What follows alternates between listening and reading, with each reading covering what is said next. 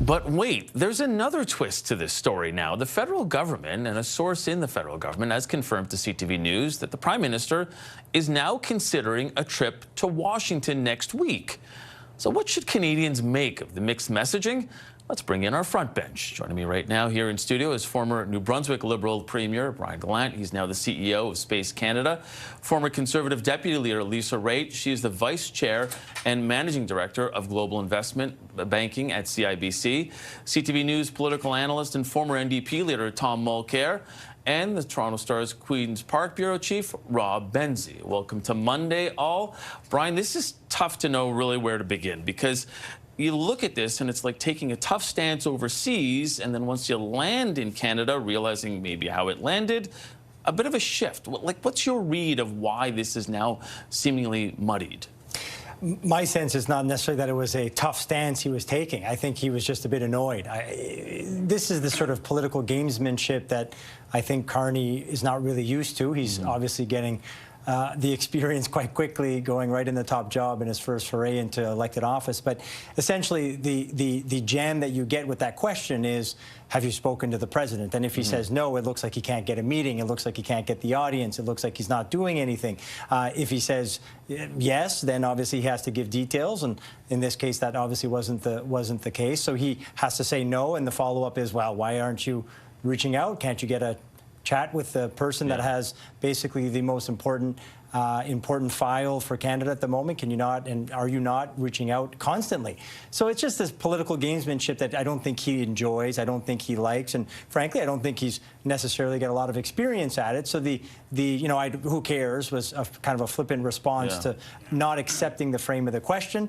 And because of that, I think they're now sort of trying to change a channel and say, well, of course he cares, and he's going to go to D.C. when it's appropriate, and apparently it's appropriate now. Yeah, but Lisa, I mean, it is those two words that I think everybody is really gleaning onto. Who cares? And really that, flippant, dismissive, use the term that you want, but it really seems like in that moment, he is just sitting there going, why are you even asking me this question? And then there's that shift when we come back to Ottawa. Yeah. I got to say that there are two gifts to the Conservative Party of Canada this week. One was the announcement that Steve Edehouse is going to be the campaign manager for the next election. And the second was that soundbite. Who cares? I mean, wow, what an error in terms of serving something up. And trust me, they're going to make a meal out of that over and over and over again. I mean, it's really tough. I know it can be frustrating in the moment, but you do have to remember that everything you say is going to get clipped. Let me just turn to the Donald Trump stuff for 1 second. I think he has to go. And the reason why he has to go is FIFA's giving Donald Trump a peace prize. I don't know if you caught this in the news. They're making up a peace prize, and they're giving it to Donald Trump there.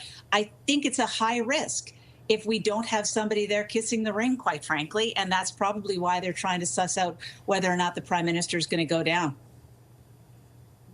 Okay, but Tom, then if he does go down, and as Lisa said, goes to kiss the ring, then what happens to the, let's even forget the who cares now. I mean, elbows up feels like it was a year and a half ago, even though it was 6 months ago. I mean, it's almost like, this is it's happening in silos in his mind, but clearly the rest of us are sitting back and going, well, wait a second, we're trying to square all this.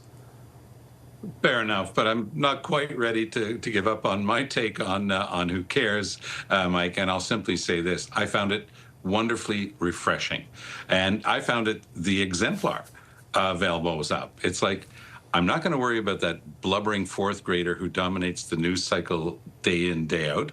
I'm going to talk to him when we have something substantive to talk about, and by the way, the talks are continuing behind the curtains. That's exactly the message. Lisa, of course, is 100% right. I had somebody actually send me the script for an ad that starts with, he doesn't care about workers. He doesn't care about the cost of food. He does, and it's who cares? Who cares? It's lovely. Yeah.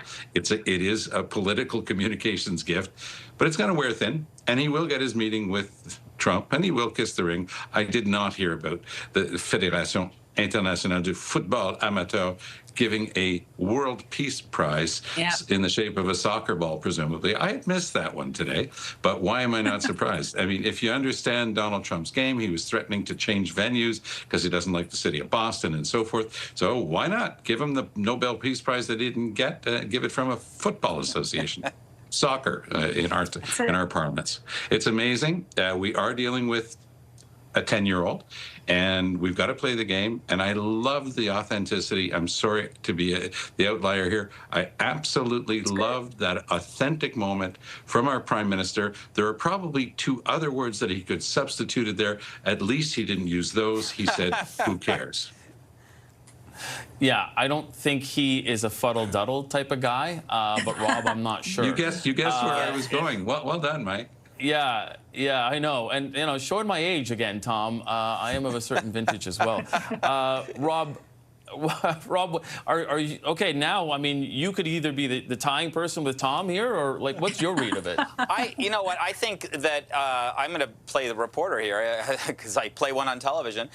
He was being dismissive of a reporter, and he was finding the question beneath him, and I think he was reverting to the Mark Carney we saw on that trip to England just after he became prime minister. And remember when he didn't like being questioned about his personal finances, he was very, very dismissive. I think he found the question beneath him, and he was impatient, and that's why he said that. Although I do have to give Lisa kudos for giving her former colleague Steve Outhouse a shout out, because that is probably a good sign for Mr. Poilievre in Ottawa. But I also think that Mark Carney being dismissive of a reporter, well, Pierre Poilievre really isn't on great solid ground when it comes to his treatment of the media. We all remember the apple crunching thing. I mean, they're both in that way feel that sometimes we ink-stained wretches are beneath them. And I get it. If I were a politician, I would find it annoying if reporters were asking me pesky questions and maybe gotcha questions. But that is what Mark Carney signed up for. So I think he looked a little too aloof there, Mike, and it wasn't a good look. And who cares?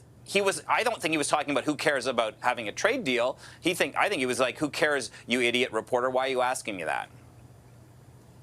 Yeah, and in closing, Brian, do you think that the Prime Minister, to quote Rob Benzie there, because I was on that trip, do you think that Mark Carney needs to look inside himself now?